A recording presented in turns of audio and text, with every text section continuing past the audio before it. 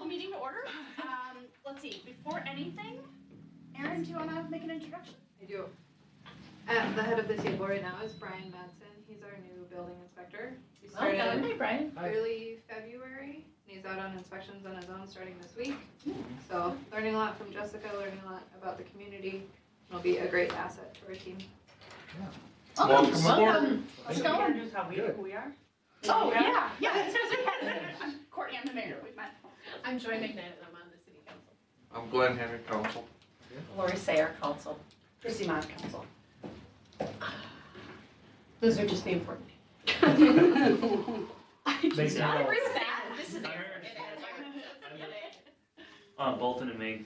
I'm the assistant city engineer. Okay. So, yeah. You might be dealing with him from time to time. Yep. I Yep, hope for not. sure. All right. So far so good? Yeah. And Larry, you're you been? Monday Larry through here. Thursday, 7 to Yeah, 4 Monday through Thursday, 7 to 4:30, and then on Fridays, 7 to 11. Good. So, Nice. He's also a basketball enthusiast, which My condolences. what's Do you have it? any My feelings on football? condolences. Football? Yeah, that's loaded. I'm a Go. horrible football coach. That's probably the safest answer that you could have. So- Polarizing right here. Welcome. Thanks for coming. Thank you. We're glad to have you aboard. Yes. Good. All right, let's see, moving on to the first item on the agenda, the American Tower easement. Mr. Mayor. See you tomorrow. thank you, Mayor and Council. So this is an item that we're just looking for some conversation on with the council, possibly direction, but it could just be that you just want to sit and think about it because it's not an issue that we deal with as a organization from a day-to-day basis. So just a little background and in September of 2009, the city entered into a lease agreement with Singular Wireless to place antenna facilities at a pole west of the fire station and public services building. The agreement provides for a 40 by 40 pad along with space and easements necessary to access the site. The agreement now is transferred to American Tower. It allowed for a 5-year lease which can be extended and essentially runs through 2038. Here and there for the last several years, American Tower has sought out to try to get a permanent easement, but that number has been relatively low, somewhere in the $150,000 area. This past December, they offered a lump sum option of up to $295,000, and through a series of informal conversations, brought that number up to $370,000, but that would have to be approved by their CEO. We left it at $400,000. Just as a kind of a reference point, you can see where that easement area is. That's their 40 by 40. The area kind of up and to the left is the public services storage area, and then to the right side of the site map is Jonathan Carver Parkway, and that's the main entrance for the facility.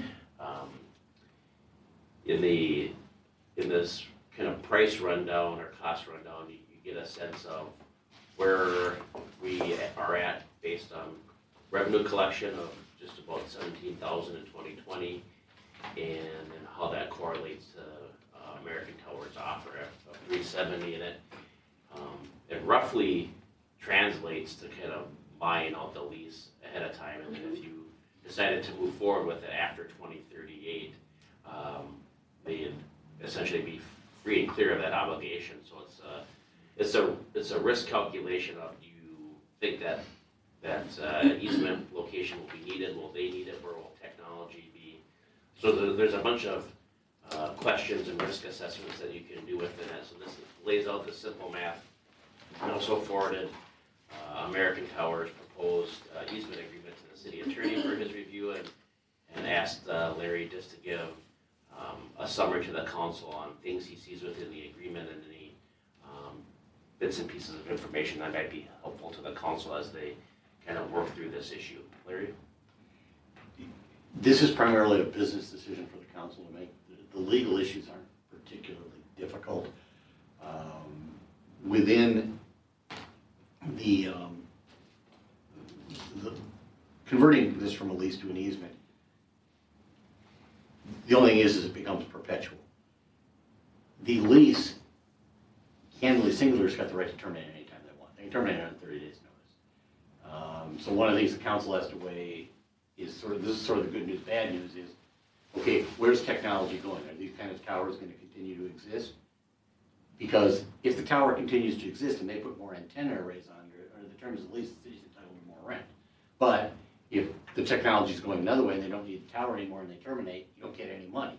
And that's really the business issue here for the council to wrestle with. Within the lease itself, I've got 2 or 3 legal issues that I highlight in there. One is they've got a pretty serious exclusivity provision in there that the city won't put any type of telecommunications or allow anybody on this site or the adjacent site. I've got a problem with that. I think we can work it out. I think there needs to be a carve out for governmental uses. I mean, this is a governmental building, and I suspect based on other negotiations I've had with tower providers, they would agree to it. They're asking for some non-disturbance provisions. We can probably live with those where we agree we won't disturb them. We have certain disturbance rights under the lease. Candidly, if they're paying for a fixed sum for an easement, they want a non-disturbance covenant.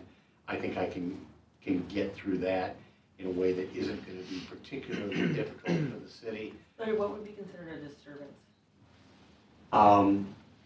We go in and they've got an easement for access and utilities that comes along the south side of the property and then turns north. If we went in and cut that up. So right now, what they're saying is we can never do that. We're not going to agree to that. What we will agree is if we disturb, we'll replace, we'll give you all, it's no different than an agreement we didn't enter with any other utility company. There is a middle ground in there. What they're asking for is unreasonable, but based on what I've seen in these before, they'll agree to a reasonable one. The other one, because this goes from a lease, which really runs on 5-year terms, we don't get any maintenance contribution from them. Well, if this is going to be a permanent easement, they've got a permanent right for ingress and egress. It seems to me they ought to contribute if we have to resurface or redo the parking lot. I mean, it isn't a huge contribution, but otherwise we're doing it totally on our nickel. And if this is going to go on and that tower is going to be there for 100 years, we probably need them to contribute to it. Those were really the only legal issues I saw on it. The rest of it was most of my other comments within the document itself, where they sent a form document which doesn't really work for this situation because their form document assumes an easement, assumes scenarios that don't exist here. They've got a utility component, an access component, and a permanent component. The one that they sent just had a permanent component, the 40-foot by 40 box, and integrated the utility and the access component. That probably doesn't work. My only other legal issue would be we did the lease, candidly, because it was a lease and we didn't think it would go forever. We did it based on their internal drawings. If they really want to do an easement and the council wants to do it, I'm going to tell them they got to give us a survey. Because easements are forever and we'd want to survey them. But it's really, if the council's interested in doing this on a business basis, I don't think there's legal impediments to doing this. Or there aren't legal impediments that we can't get resolved with them. Within reason. So you're just looking for conversation, direction, if you should continue moving forward with this or not? Right, so it was left at, the city would want 400,000, 370 is their max. I think their position would probably change if I went back to them and said, I've introduced this topic to the council and they're willing to do it for X. Or it frankly would just be great to know, like, don't pursue this at all, Brent. We're happy with the annual rent payments and we'll proceed in that direction. So I think proceeding is a good idea. We've had this easement sitting back there for over a decade already. And for the dollar amount, especially as we mentioned that with technology changing, I think going to this sale right now would be a good idea. And I think that the revenue generated from it would definitely be put to good use. Yeah. Absolutely. Yeah. Going down. Yep. I would Pipeline. agree. So I'd like to see if we can get that $400,000 number, if that's something that you think is tangible. But I am all in favor of continuing down the negotiation path. Maybe the minimum is 370.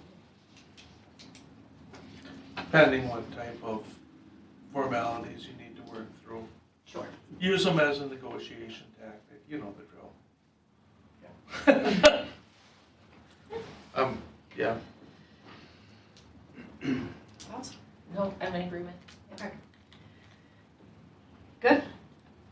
Did you have a number in mind?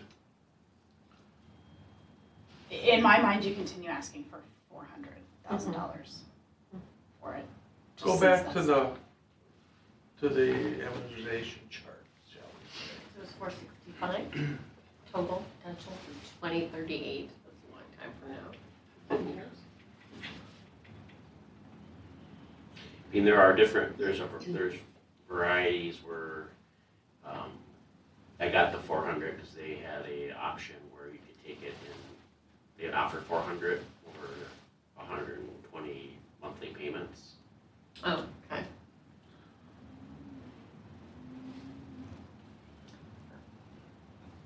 That doesn't, that's not as great of a deal as $400,000 in 2020 money. Yes. Yes. I could see it if it was in bigger chunks, not like this monthly, like paying the car payment off. Yeah. You know, if we can give you this year, we're gonna give you this chunk, and then next year we're giving you this chunk, that I could maybe get on board with, but this 120 months of, I wouldn't want to see it go any further than like a 3-year. I term, agree. Yeah, 3-year term max. Just because Split it up. at some point you lose the benefit, but boy, I would rather have in one. Yep. Plus, what, do you think that they won't go for $400,000? I would say no, because our communication has stopped for several weeks now. I think there's an opportunity to get higher than 370 if I say that the council is interested in a different number, but I don't know what that is. I can make assumptions, but that doesn't make it a reality. I could see adding 15,000 to it, bring you 385 with the idea that we also need to maintain access to it. What was that? Adding 15, 1,000 to make it 385 to maintain access, but would definitely want to know the payment terms. If it's 36 months or something less. I would caution against payment terms on these. Valid. The problem with tower agreements is that they're frequently negotiated by upfront companies for cellular companies. You don't necessarily know who you're dealing with. And there's massive consolidation in the industry. So who we're dealing with today might not be who we're dealing with tomorrow. So the thought of not getting the money up front makes my tummy flutter a little bit. I could like hearing you say, Tommy, what if we asked for 390 and we could be happy with whatever negotiations go to from there? what do you mean, whatever they go to? Well, it would be something between 375, I imagine, and I trust you, Brent, and I think if we can get more than 370, If somebody walked in with a check for $360,000 today, I think I would take it. 360? No, you wouldn't. They've already offered us 370. When did they offer 370? In the memo, they would get 370 with their CEO's approval. With their CBO. Yes, that's a signature. It's fine. It's a 3-week approval It's not- process. If he walked in with that money, with a check right now, if they walked in with Thank that you. check right now, I would take it and not think twice about it. do you think by continuing negotiation, we could end up turning them off to the deal and not getting it? I mean, do you feel, I mean, obviously that can, you're just speculating, I understand that, but I mean, do you think they feel really strong at the 370 and that's just gonna be it? If we can squeak out a little more, great, but I think we could probably squeak out a little more, but Do you have a number that doesn't make your tummy flutter? we stop. my tummy, Are there other costs to the No. city? Oh, sorry. Can- Yeah, can we finish just- that. Yeah. Do you? I think you're safe to start at the, 385, 390. I think it matters that it's reached your level and that you're interested in pursuing that, and I would use the expediency factor of saying, you know, we could get this approved by the end of March, you know, if you're ready to like get this done. Yeah. So. But I think when it comes to cost to the city, Right. I think Larry, you're saying we would write something in there, you know, if there were maintenance to the access. Yeah, I mean, I think it's They a permanent easement, contribute. they ought to contribute to the maintenance on the end, you know, how are we gonna overlay the parking lot down there? Yeah. Probably once every And we 20 would just years. write and that then- into the agreement. Yeah, when that happens. I would try to probably parlay that into the lump sum rather than trying to create a formula for Collecting later. the, what, half a dozen times they drive over the parking lot and then trying to quantify what that value is in conjunction with an overlay to say, we're saying 385, which buys you our costs, including parking lot resurfacing, et cetera, et cetera. And does that also include us plowing their access? Yeah. Because we do as a practical matter, it's an easement, so it's our Right. parking lot, so it's plowed anyways. I think that's another argument to make to get the number that the council's looking for. It's also, Okay. Okay, sorry to interrupt. Yeah, so other than legal fees, the staff's time, the survey would be paid for by them possibly, or that's probably negotiable. Any other Pay for the survey. fees to Not do the fees, but transaction or you cost would- to the city? You would have a $18,000 budget gap. You know, that's ongoing revenue that you're Oh, collecting. right. Doesn't mean it's not absorbed in some other way, it's just, it's an ongoing revenue source that will no longer be there.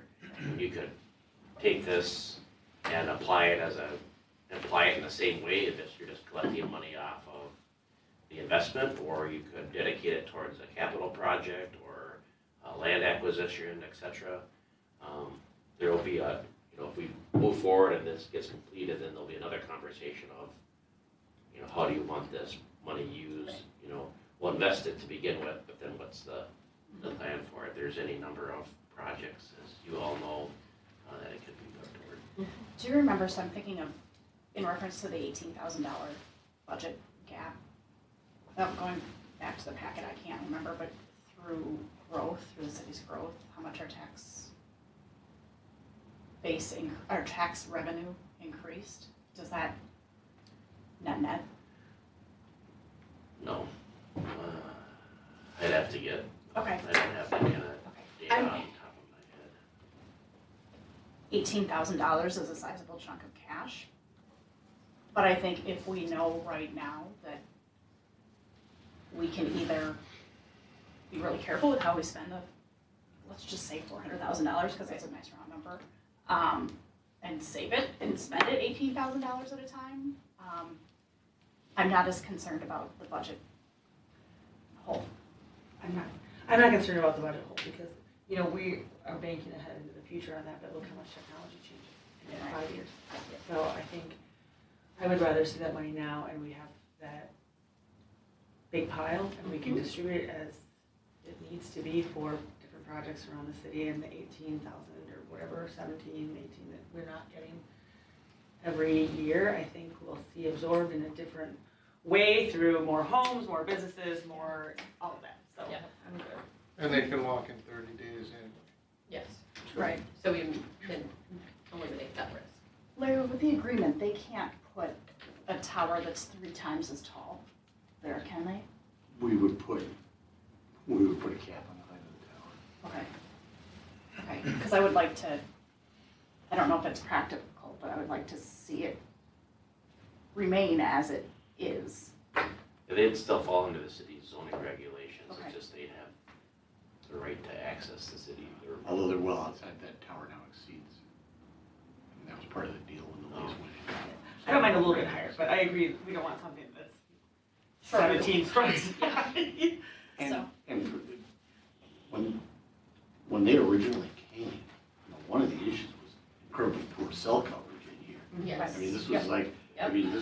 this was a win-win for everybody when they came to town and put that tower in. Cause it was a dark black hole down here, so. Yes, it was. So if we tell you we'd like to get 385, 390, that's what I think I'd be happy with. We can Anything more than 370? Yeah, then I'm, Yeah. to me, it's done deal on my, for me, at that point, if Brent can get that or more, then, yeah, proceed.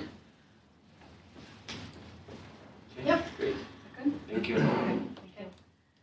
All right, item number 3, Riverside Park erosion.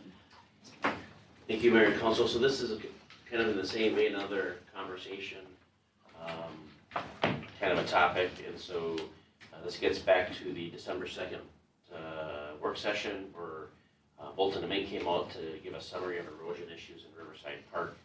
That was presented to the council.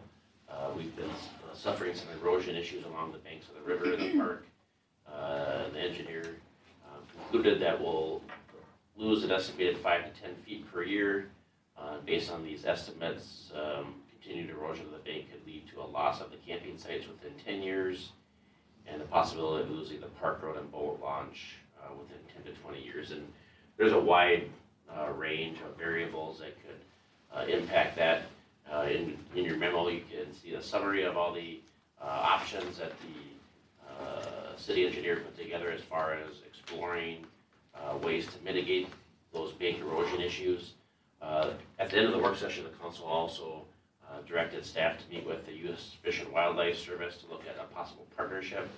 And so staff met with them in January to discuss the concept, and they're very, they wanted to say draft concept, so that none of this is, in stone, but so this is more of a philosophy, like they could entertain these ideas.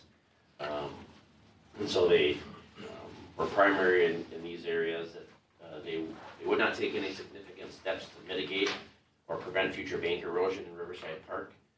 They would no longer be maintained as a traditional park. The green areas that you see would be left to be kind of grow wild in a natural vegetative state. The campsites would be removed. They would operate the boat launch, however, they would not commit to its long-term operation. So if it got to be expensive or if there was a safety issue, which is one of the things that Brian and his team deal with as that muck and kind of maintaining that becomes an issue.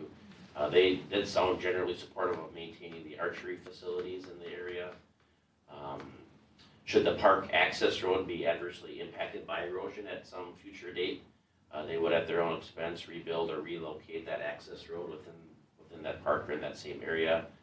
They'd also construct a new trail kiosk at the entrance of Riverside Park. But probably the biggest thing is the city would lose its independent authority to conduct events and kind of manage the park as it sees fit. Specifically, various programs and events would be impacted or maybe need to be discontinued, modified, relocated, depending upon the event within the park system or another area of the city. And a really specific item, kind of handling, it's good that we have the city attorney here and also Waconia Pyrotechnics to talk about how to manage fireworks and what kind of space would need to be left, because there are a limited number of areas where you can actually let off fireworks in relation to the festival grounds, if you will. I think it was 3 or 4 years ago, we looked at Lions Park and that wasn't a fit. But there are certain distances that you need to stay away from permanent structures. And I don't know how that would land if Riverside Park would kind of grow into the wild and the vegetation that would be there, how that interacts with fireworks as well. So I'll defer to Larry on that. But again, this is a conversation so we can get into pursuing I would say more formal conversations with Fish and Wildlife Service, perhaps to drafting a draft agreement. We could direct the city engineer to get a little bit more into the detail on certain mitigation strategies. Or you could just say, let's just leave it as it is. We understand that there's going to be erosion in the park and we're going to maintain the park as is and go from there. Or a combination of any one of those strategies. So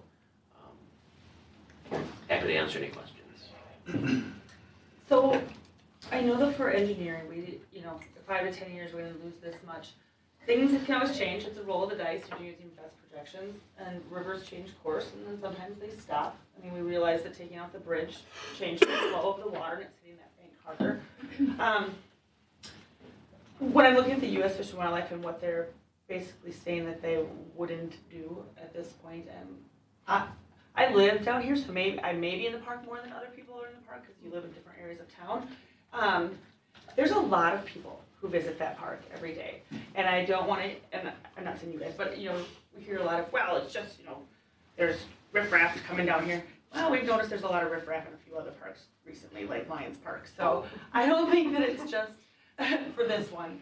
I think that having this in town, obviously I have a little bit of heartstring for this because a lot of the things that are in that park, I wrote grants to get from the DNR to have it placed there, but to have a boat launch this close to downtown, with a new bait shop actually, which is kind of interesting, but the archery range, the campsites, we do, I think, are the horseshoes still in existence? I think the Horseshoe pits are still there, they haven't been used now for a few years. I know they don't do league down there anymore. I just think we have a really beautiful spot that is so close to our downtown and really a part of the city. To have it just grown over and let go and not be under our jurisdiction anymore would be a loss for us.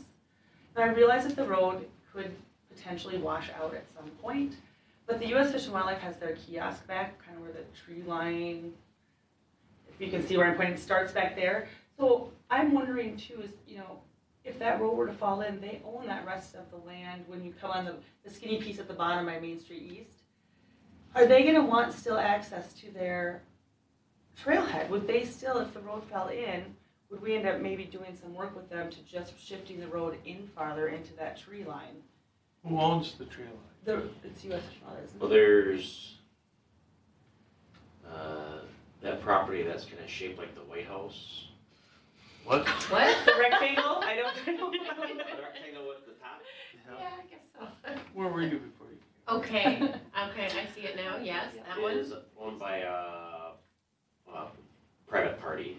The balance of it is owned by Fish and Wildlife Service, but I'm sure at one point there was a homestead or part of a homestead on that. I think when I first started, when those campsites were developed, Christie worked on. I did purchase 2 lots down there that were still owned by private owners. Campsite 3 is and campsite 2, I think. But Joe, was it? I don't remember their names. I'm sorry, I don't see the White House. Okay, I'm gonna, Glenn, you got it. Oh, okay, thank you. Thank you. So it is possible, I mean, the land that's down there is not developable, so when I went to them and talked to them about purchasing, what they wanted to know is that we were going to maintain it as parkland, is why they were willing to sell it, because the city had been trying to buy this land since I think the late 80s to early 90s, because they determined it a blight area after the major floods, and then they would buy out parcels that had homes on them because they considered it blight. So if you owned a double lot, they wouldn't buy it. So there was 2 lots. Anyways, purchased it. So there's always possibility of negotiating with that White House for more land there to push the road over should we need to.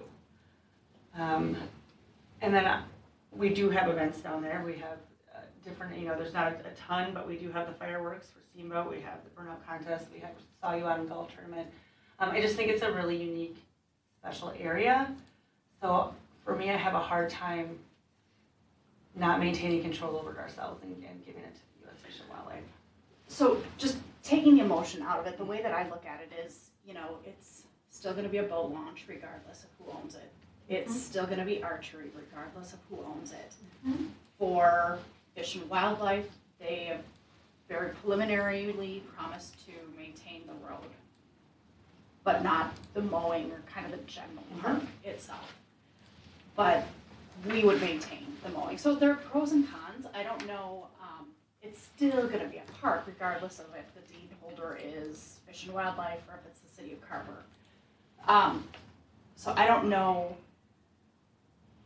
that I feel really strongly one way or the other, with the exception of I don't wanna put any more money into this, engineering fees, et cetera, working on, what are we calling it, flood abatement, not flood abatement, but shoring up that short bank.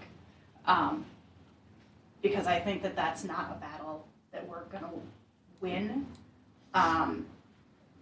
with a zero investment, which is, I agree it with just you. doesn't. If we put zero investment in it, and if the Army Corps is gonna put zero investment into it, why don't we just keep it for the simple fact that we can control, what events we're gonna have down there? If you walked into Fish and Wildlife on the, I don't know, if you go down behind your old house, walk down in there, has anybody been down there to see how wild and woolly that's been since Fish and Wildlife has owned it? I went there all the time. Then you know how wild and woolly it is. That's what that's gonna be down there. And it's not gonna get any better. It's not, and I look at it where, if it's gonna erode anyway, why don't we get as much use out of it as we possibly can? I mean, we can take out a couple of big cottonwood trees down there, we open things up really nice. I agree with you though, I'm sorry, let's say just what you said, Glenn, that why not, if, let's just say 15 years from now, the road is gone, right? Okay. So then, maybe then it's time to say, okay, here you go, US Fish and Wildlife. Here's some swampland. Here's some Well, swampland. that's, no, that's what That's what they're gonna do with it anyway. they do. Would they take it? I don't know why they wouldn't. They're the They're doing government, rest they'll of their take stuff. anything free. Fine, but I think getting the rest, okay, so I think that getting as much use out of it for as many years as we can is important to me. I'm I fine think with it's keeping it, I important just, to everyone. are there, besides the road washing away, are there any other threats to keeping it? Brian, do you have any thoughts? And, you know, moving the archery back and forth 4 times a Yeah. summer when it floods. Yeah, I think, I mean, there's just, you know, in the last couple of years, we've just had some, you know, more flooding than we had normal, so, I mean, the last couple of years, we haven't had really any cost down there, it's been flooded, so, we close the gates and close it up. Outside that, you know, we clean the boat landing a couple times a week, mow the grass a couple times a week when it's growing crazy. But again, last couple of years, we haven't really done that. You've cleaned the boat landing out 2 times a week? Yep, it's posted down there, we clean it out on Tuesdays and Fridays. Tuesdays and Thursdays. Yep. So you take the front end loader down there and clear the rock and walk out? Yeah, as far as we can, but there's a lot of times we can't get out far enough into that river channel to clean it, so we Agreed. still, it gets to be dangerous and slippery with, you know, down in there with it, but, 2 times a week we get down there and get as far as we can typically, so we can try to get boats in and out there. So I have a question for you, Brian, and that you probably don't have the information, but maybe a follow-up, is what does it take to keep it maintained? Like a quarter of a FTE during the busy season, or is like what are we providing right now for resources? Would be helpful to know. Yeah, and I can get you some exact numbers, but usually it's 2 or 3 kids we have down there as our seasonal, we'll go down there mow. And their mowing down there probably takes about 4 hours to mow everything as we get down there with 2 mowers, weed whipping. And then we're down there cleaning the boat landing when it's bad. We can spend 2-3 hours trying to clean it out when the river drops. Otherwise, we go down there, it's usually probably an hour and a half by the time we leave shop and get back to it, twice a week for that, so. How long does it take for a community park?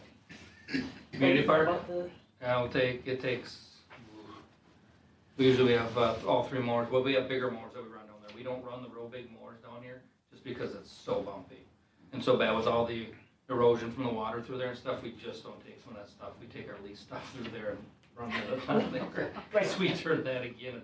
The other stuff we own, so we typically don't try to run it through there, so. But so for community, even with bigger mowers, how long? With the bigger mower, we can probably get in and out of there about 4 hours. What's about the same? About the same, but again, we've got mowers with twice the width that we can put on those and get those mowed out.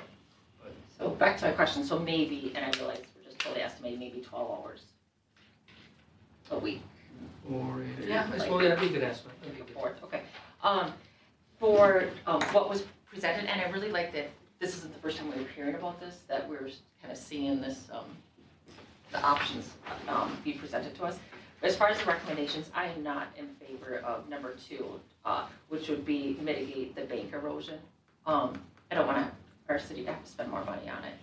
My first choice would be number 3, which would be to engage and talk to USFWS about an agreement. One thing is I would want to be able to keep the naming rights. I'd want it to still be called Riverside Park, just so we have that identity. But I think really a lot of community members wouldn't see that much of a difference, because you still have those amenities as far as a trail, the boat launch, and the archery. So that's. Once that grows up, though, I don't know that they're gonna keep that archery there, but Right. Lori, what's the purpose of having the naming rights and keeping the name if the park doesn't have anything to do with us and it's U.S. Fish and Wildlife land? It does still have something to do with us, or just to keep, like when we're talking about the branding and just kind of our city's image. But it's not even our property at that. I don't want that image. Once Then they, maybe once they let that's it something go. we wouldn't want. Okay. I mean, it won't be our events, it won't be.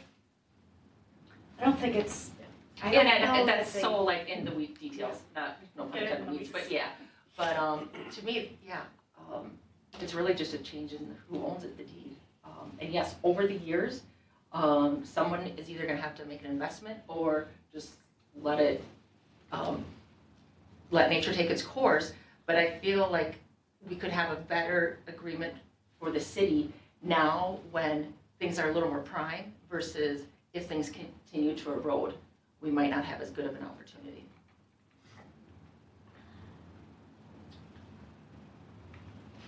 I'm fine with having the city keep it. With the understanding that we don't put any more money into it than a normal year of, maintaining it. But as far as like the bank erosion, that's, nature will take its course, and it's something that a future council will have to make some decisions on. But just that we know.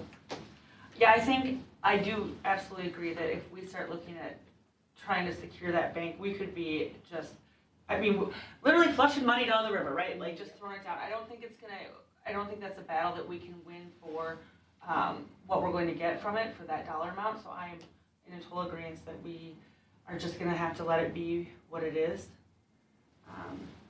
But as I said before, I think that we should keep it a city on it.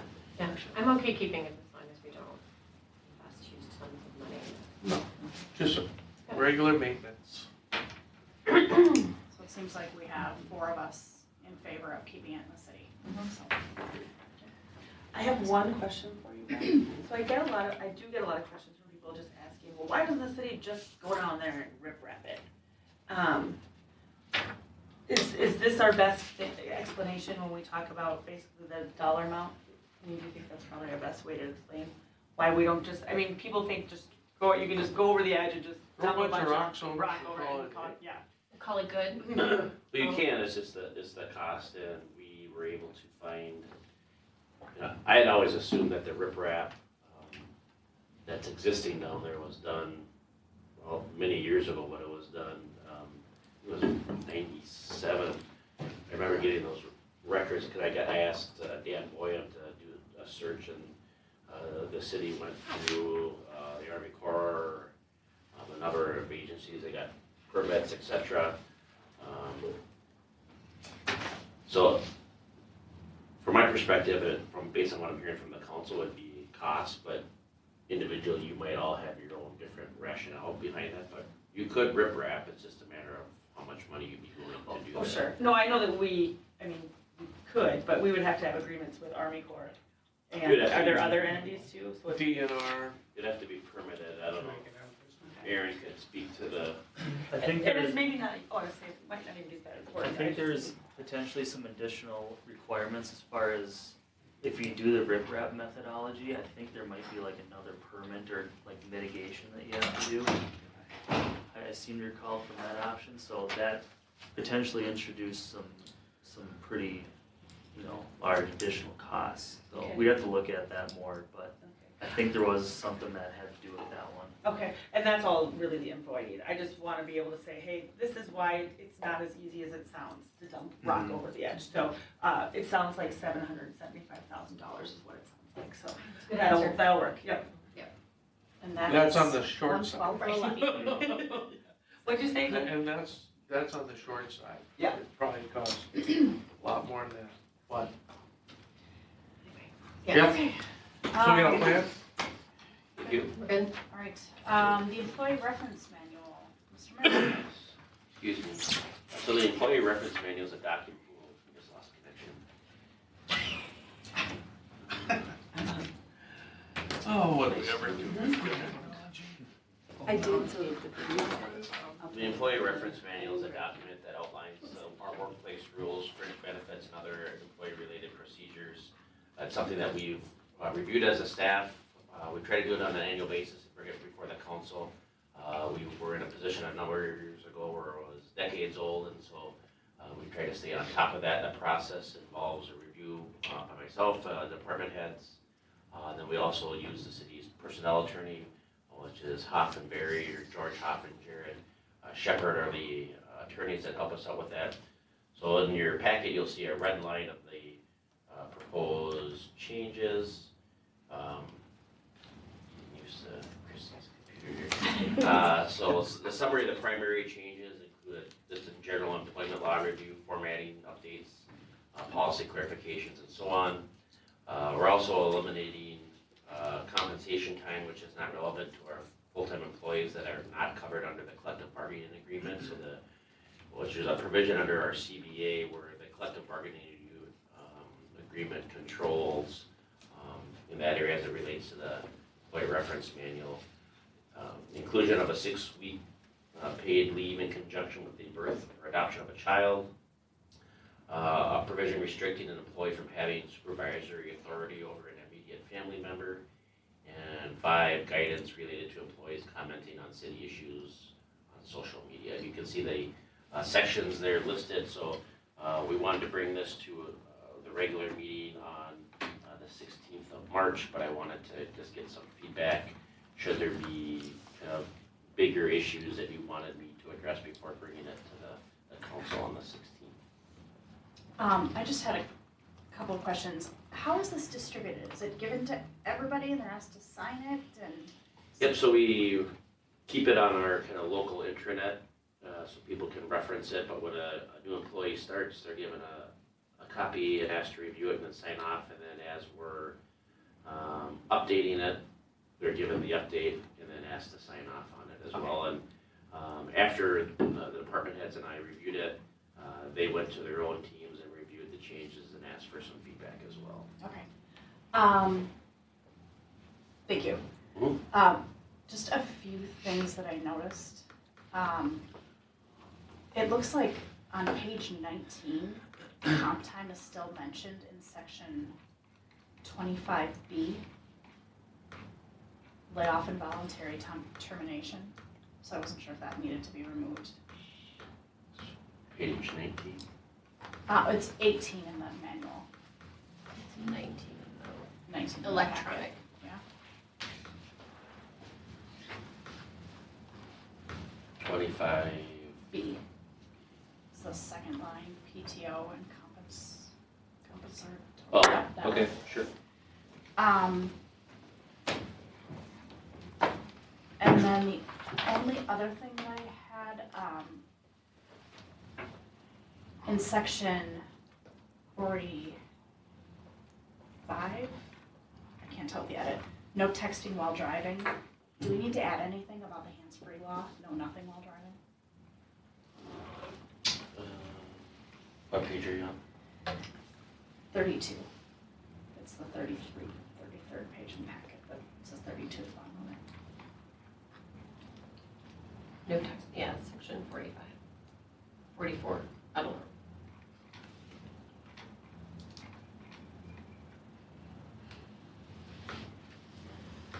I'm guessing the statute has been updated Probably. with hands-free.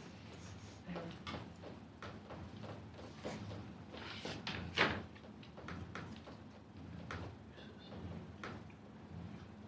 Oh, no texting. Okay. Yeah, there's probably an updated statute that this gets at the hands-free stuff. Thank you. So, yeah, I just didn't know, because it does say. Yep. Yeah. That's all I had.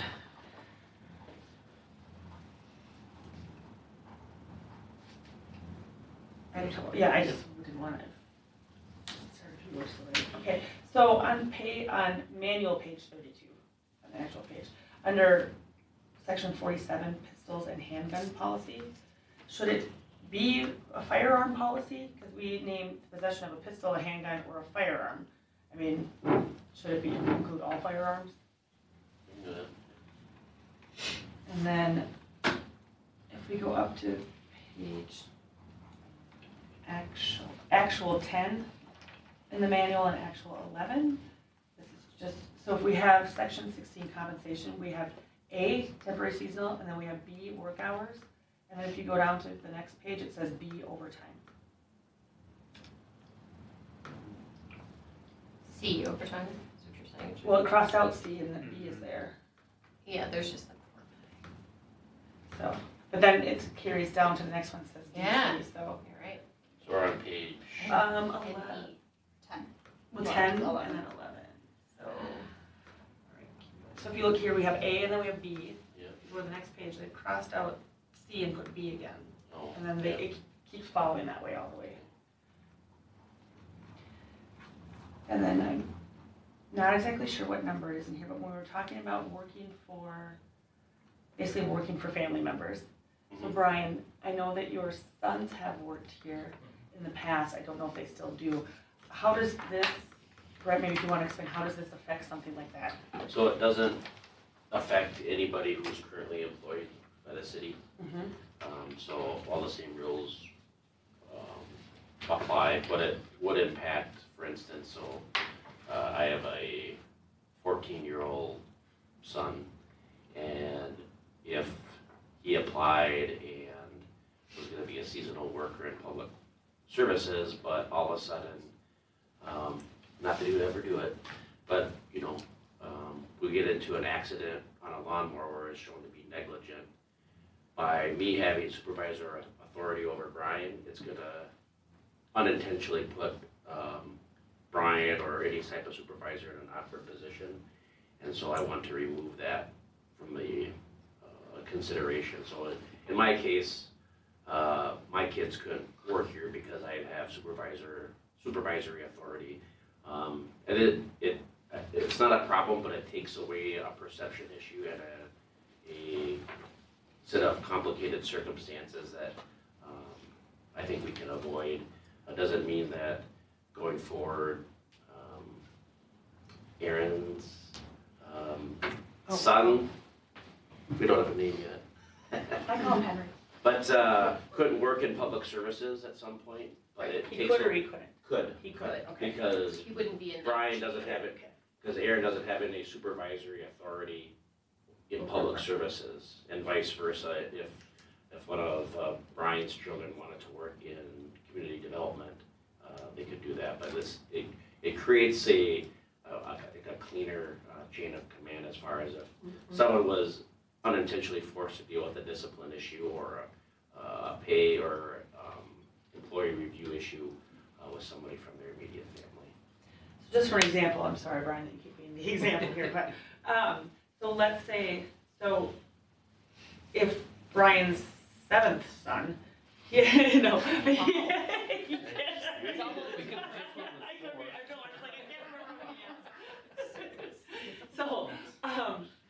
so basically, no more of his children could be allowed to work in public works after this, because technically he would be in the because of the rank of command. Correct. While he's in that role, Right. Yes. right? If Brian were to go retire. No, we take out his kids and say, Brian.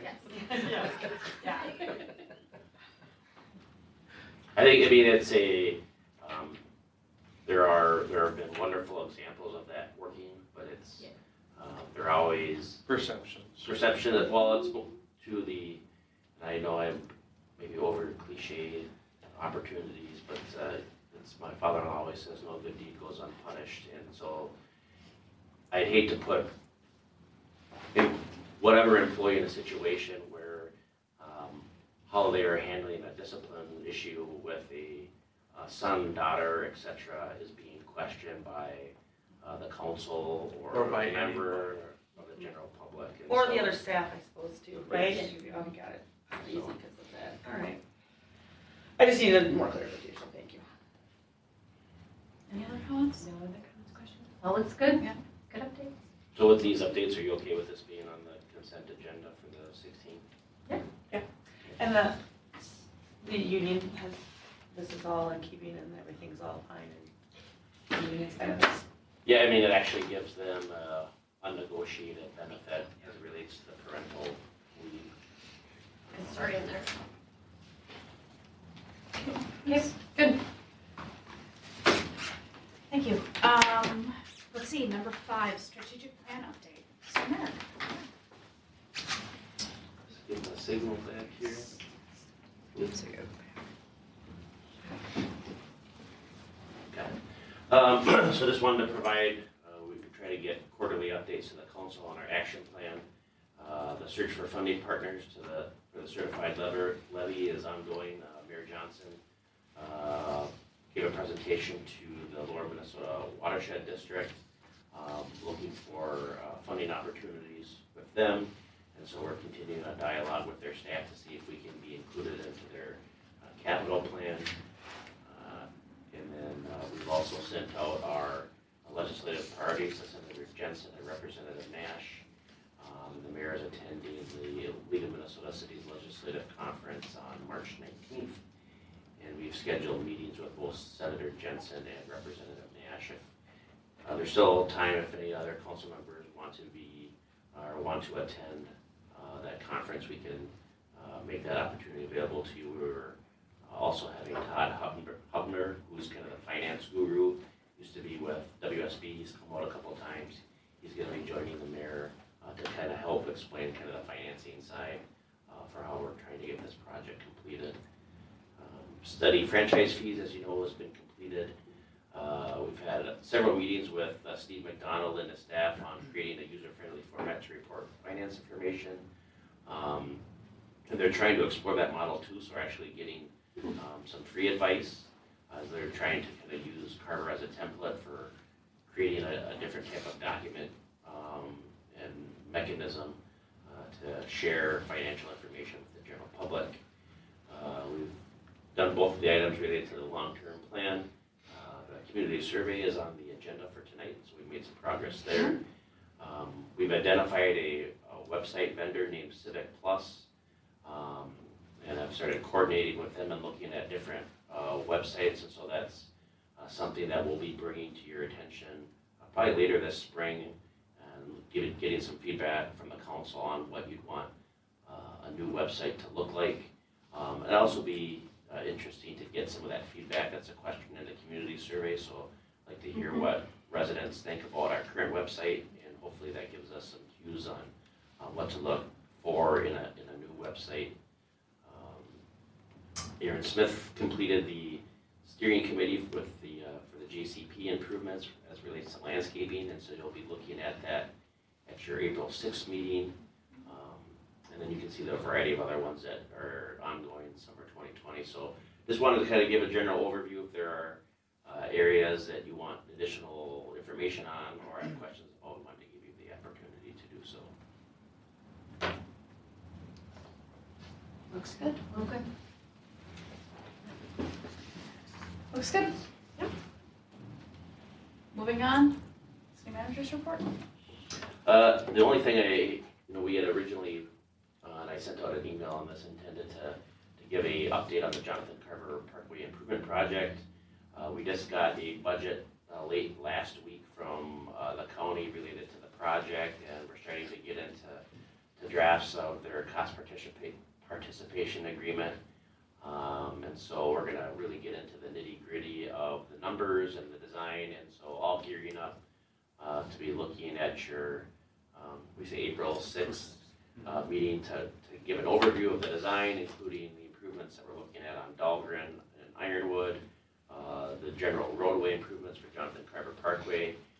Aaron Smith will be going over the landscape improvements that the committee will be looking at, and then also give you a realistic sense of what we anticipate the city share to be, not only for the county road, but then the 100% local share projects as it relates to Dahlgren Road and Ironwood Drive, showing you the geometry of the intersection improvements, lane configurations, etc. So it'll be a really critical work session on the 6th to kind of go over what'll be a really major project in the community, so.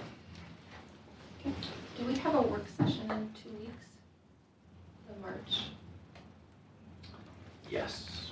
March 16th. At the March 16th meeting, we'll be going over the Creekside Park concept. That's the former water or wastewater treatment plant site. So, working title, Creekside Park. I like